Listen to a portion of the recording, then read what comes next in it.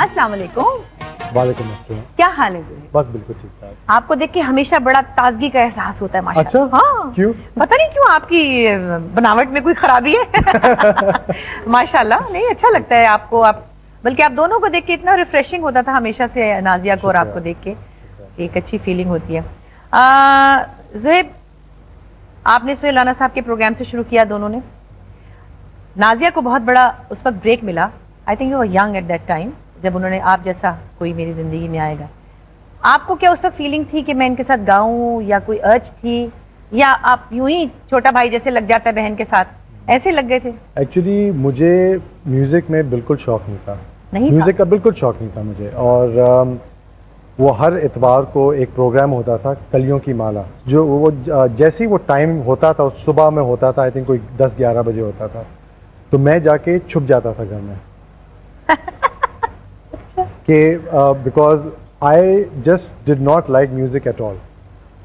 और मुझे पूरे लोग घर में ढूंढ रहे होते थे कि ज़ुहैब मियाँ कहाँ हैं। और ज़ुहैब मियाँ जो है ना, जाके बिस्तर के नीचे छुप जाते थे। तो मेरा जो इंक्लिनेशन था बिल्कुल म्यूज़िक की तरफ नहीं था, और मैं स्पोर्ट्स में ज़्यादा इंटरेस्ट था। और ज़रा माचो चीज़ भी नहीं थे ना, सब दोस्त मजाक उड़ाते थे कि जी आप म्यूज़िक करते हैं। तो आई वॉज इनटू टेनिस, मुझे टेनिस का बहुत शौक था, अभी भी है। एंड नाजिया जो है ऑन द अदर हैंड, वो शुरू से स्टार थी। और very confident and a complete star, जैसे आप हैं, you know you are a star is a star. And तो उनको बिल्कुल कोई ऐसी इनहिबिशंस नहीं थी, मगर मुझे बहुत थी। तो मैं जब सुहेल राना के पास गया, मुझे लेके गए थे पहली दफ़ा, और उन्होंने कहा कि बेटा आपको गाना आता है? तो मैंने कहा नहीं। कहते तो आपको गाना नहीं आता आपको? हाँ। कुछ तो आता होगा आपको। हाँ। मैंने कहा मुझे बिल्कुल नहीं आता। तो फिर नाजिया ने कहा ज़ुहैब थोड़ा सा गा दो। एंड तो वो एक कोई नर्सरी राइम थी, उसको मैंने सिंग किया। तो उन लोगों ने सर हिलाया और कहा कि ये जो है ये सिंगर कभी नहीं बन सकेगा। अच्छा, जवाब दे दिया था उन्होंने? बिल्कुल दे दिया था। उधर ही जवाब मिल गया था मुझे कि ये सिंगिंग कभी नहीं कर सकेगा।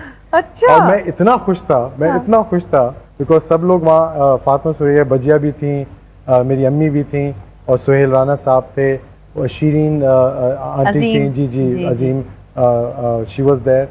तो सबके चेहरों के ऊपर जो ना एक शौक थी कि ये बच्चा क्या बोल रहा है, इसको हम लेके आए यहाँ ऑडिशन के लिए, और ये तो उल्टी बात कर रहा है। इसको कोई फेम का भी शौक नहीं कि मैं टीवी पे आऊँ? बिल्कुल नहीं, मैं तो छुपता था।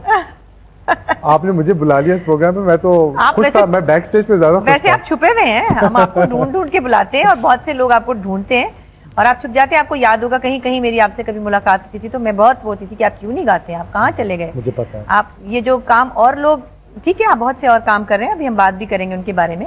बिजनेस भी होता रहता है, और जॉब्स भी होते रहते हैं, डॉक्टर्स भी बहुत होते हैं, आर्टिस्ट बहुत कम होते हैं। और जिस तरह के आर्टिस्ट आप हैं माशाल्लाह, आई थिंक मुझे ये कहना पड़ेगा। ये मुझे एडवाइस आर्टिस्ट से मिल रही है। जब मैं डॉक्टर से बात करता हूँ तो मुझे कुछ और एडवाइस देते हैं। नहीं, मेरा ख्याल है मैंने और प्रोफेशंस के लोगों को भी देखा है, वो कहते हैं कि जी आर्टिस्ट तो कोई स्पेशल चीज अल्लाह ने बनाए होते हैं। पेंटर्स, राइटर्स, एक्टर्स, सिंगर्स कोई नॉर्मल लोग नहीं होते। हाँ, बड़े अजीब से लोग, बड़े अजीब से भी होते हैं, और गरीब से भी होते थे पहले। तो अब तो गरीब नहीं है मोस्टली, लेकिन है ये बड़े स्पेशल लोग हैं। कोई हर बंदा जो है वो ऐसा गा नहीं सकता। फिर आपने जब गाया तो फिर आपने तो उड़ा के रख दिया। It's not just that you were Nazia Hassan's brother, माशाल्लाह you sang so well with her and without her also। वो हमने देखा अपनी आंखों से, और हम हैरान भी नहीं हुए, क्योंकि हमें लगा कि नाजिया ऐसा गाती है तो उसका भाई भी ऐसा ही गाता होगा, और ऐसा ही गाना चाहिए। अच्छा, फिर बिद्दू से कैसे मुलाकात हुई? वो जो बिद्दू से मुलाकात हुई थी लंदन में, और ये जो सबसे पहले नाजिया ने गाना गाया था वो आप जैसा कोई मेरी ज़िंदगी में आए। तो कुर्बानी जो है वो फिल्म, हिंदुस्तानी फिल्म बन रही थी वहाँ लंदन में। तो मेरे अम्मी और अब्बू वो जानते थे फ़िरोज़ ख़ान, ज़ीनत अमान को, तो घर पे आए हुए थे खाने के लिए। तो उन्होंने मेरा गिटार पड़ा होता जैसे पड़ा होता था कोने में, और उन्होंने कहा कि गिटार किसका है? उन्होंने कहा ये ज़ुहैब का गिटार है। ज़ुहैब कौन है? ज़ुहैब हमारे बेटे हैं। तो उन्होंने कहा कि उनको बुलाएं कि कुछ, बिकॉज होता है ना आफ्टर डिनर, हाँ, सब कोशिश करते हैं अपनी बच्चों के साथ। तो उन्होंने कहा कि चलो उसको बेचारा बुला लो, अकम्पनी कर लेगा। तो मैं आया, तो फिर नाजिया भी साथ आई। नेक्स्ट डे हमारा स्कूल भी था, तो नेचुरली हम अलाउ नहीं थे आने के लिए, तो हमें जल्दी सोना होता था। मगर उस दिन एक्सेप्शन थी, एक अम्मी ने आने दिया और उन्होंने कहा चले एक गाना आप गा दें। तो वो एक गाना हमने कुछ गाया, तो मेरी तो आवाज़ टूट रही थी उस वक्त, तो नाजिया ने गाया, तो जैसे वो होता है ना फिल्मों में, लिटरली फिल्मों में, हाँ। वो फिरोज खान उठ के कहते हैं this is it, this is the voice I been looking for. अच्छा, वो पूरा सीन। हाँ बिल्कुल पूरा सीन। और तो वी सेड या ये अपना सीन Calm कर रहा down, है। calm हाँ down. Calm down. तो एनीवे तो नेक्स्ट डे उन्होंने अप्रोच किया मेरी फैमिली को कि नाजिया एक गाना गा सकेंगी, तो मेरी अम्मी और अब्बू जो है ना बिल्कुल they were not interested, because I don't come from traditionally musical I family, no. तो हमारा बिल्कुल Everyone knows. डिफरेंट था। तो वी आर बिजनेस फैमिली, तो वी वर स्टडिंग, तो अम्मी ने कहा कि ओके वन सॉन्ग। अम्मी इंकरेज्ड अस, अब्बू जो हैं बिल्कुल नो कैन डू। तो एनीवे तो नेक्स्ट डे हम लोग गए और बिड्डू थे स्टूडियो में और मैं भी साथ गया था, तो उन्होंने कहा कि ये गाना जो है आप गाएं। तो जब हमने गाने को सुना तो नाज़िया ने कहा मैं तो नहीं गाऊंगी। तो उन्होंने कहा क्यों, गाना आप क्यों नहीं गाएंगी? हाँ तो उन्होंने कहा इसलिए कि बिकॉज ये तो कॉपी है, ये वो बॉनी एम था ना ग्रुप, उसका ये गाना। उसका कॉपी था। तो मुझे भी उन्होंने देखा, मैंने कहा हाँ ये तो कॉपी है, हम तो नहीं गा सकते कॉपी को। तो फिर फिरोज खान ने बिड्डू को देखा, बिड्डू ने फिरोज खान को देखा और एक दूसरे की शक्ल देख रहे थे। तो फिर बिड्डू कहते हैं कि चलें ठीक है, मैं एक और मजीद गाना एक कंपोज करता हूँ, बिल्कुल ओरिजिनल ट्रैक।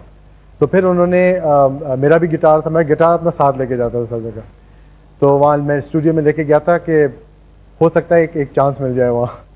तो मैं वहाँ गया तो बिड्डू ने कहा कि ये किसका गिटार है? तो मैंने कहा मेरा। तो मैं बैठा गिटार के ऊपर और मैंने स्ट्रम वार्म किया और बिड्डू ने एक मेलोडी बनाई और वहीं स्टूडियो में आप जैसा कोई बना था। वाह, क्या इतने मतलब हिस्टोरिकल गाने की एकदम से, यानी इतने थोड़े टाइम में आपने डिस्कवर कर बिल्कुल, लिया। हम एक छोटे से ब्रेक की तरफ जा रहे हैं, आप कहीं मत जाइएगा क्योंकि हम अभी वापस आते हैं।